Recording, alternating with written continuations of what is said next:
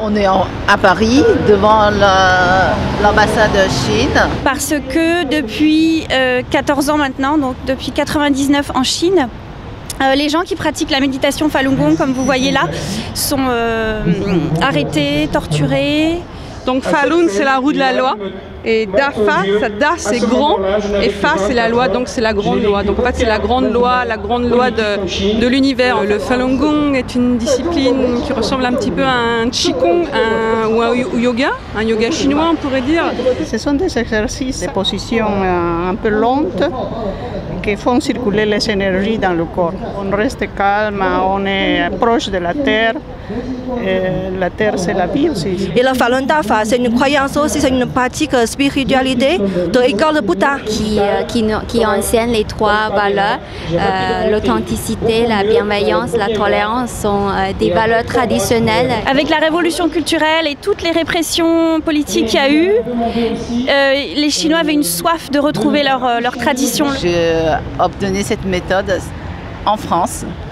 Et c'était à l'époque au sein de l'ambassade de Chine. De 92 à 99, elle avait un succès fou. Le nombre des pratiquants de Falun Gong se chiffrait entre 70 millions à 100 millions. Le communiste chinois, il ne peut pas laisser tous les 100 millions de peuples chinois qui ont leur propre croyance. Donc c'était devenu un phénomène majeur qui changeait la face de la Chine. Une personne sur 10 ou 12 qui suivait ces principes bouddhistes et taoïstes, qui ne sont pas les mêmes que l'idéologie communiste. C'est des principes qui permettent aux gens d'être, de réfléchir par eux-mêmes, d'être libres, de se développer personnellement. Comme ça, le communiste chinois, il ne peut plus contrôler le pensée, les idées de Chinois. Ça a irrité, je crois, l'ancien dictateur chinois Jiang Zemin, qui disait quoi 100 millions, nous, le Parti communiste chinois, on n'est que 60 millions, donc persécution. Il n'y a pas de démocratie, donc on n'a pas voté pour le leader.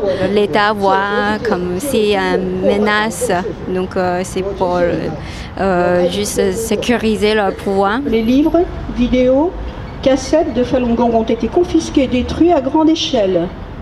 Les sessions d'exercice dans les parcs publics étaient régulièrement harcelées. Certaines ONG parlent de génocide parce que c'est une persécution qui est systématique. Le simple fait que vous soyez pratiquant de Falun Gong, vous êtes exposé à l'arrestation, au lavage de cerveau.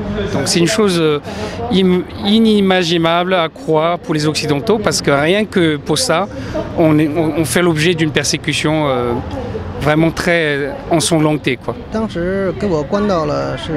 Au début, il était dans une prison qui s'appelle Shuangkou et pendant ce temps-là, il y avait un autre pratiquant de Falun Dafa qui a été abattu à mort par les policiers dans la prison. Et les policiers ont marché sur lui et avec les bâtons électriques sur lui.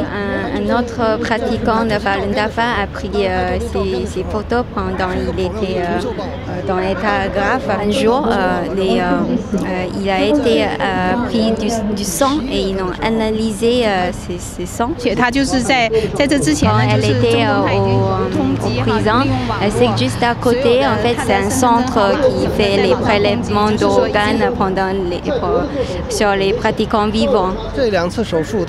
En fait, pendant l'opération, il était conscient de tout ce qui se passe. Il entend la peau est découpée, et, les os et les yeux touchaient les os. On sait depuis quelques années maintenant que les pratiquants de Falun Gong sont utilisés comme banque d'organes, c'est-à-dire qu'on prélève les organes sur les corps. Dans les prisons, en fait, c'est fait dans des fourgons blindés de l'armée pour vendre les organes aux hôpitaux.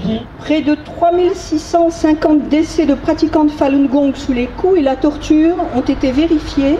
On pense que pas moins d'1 million sont encore illégalement détenus dans les camps de travail à travers toute la Chine. Les pratiquants de Falun Gong en Chine aujourd'hui parviennent à rester pacifiques et à rien demander. Ils demandent juste le droit de pratiquer leurs exercices. Vraiment pas un problème politique, c'est vraiment un problème de droit le plus essentiel, le droit de vivre. Les pratiquants, on ne touche pas de politique. Tout le monde sait, le politique dans le monde entier, je suis désolée de dire que c'est le plus sale métier du monde. Si la persécution n'est pas finie, en Chine, on sera là encore devant l'ambassade.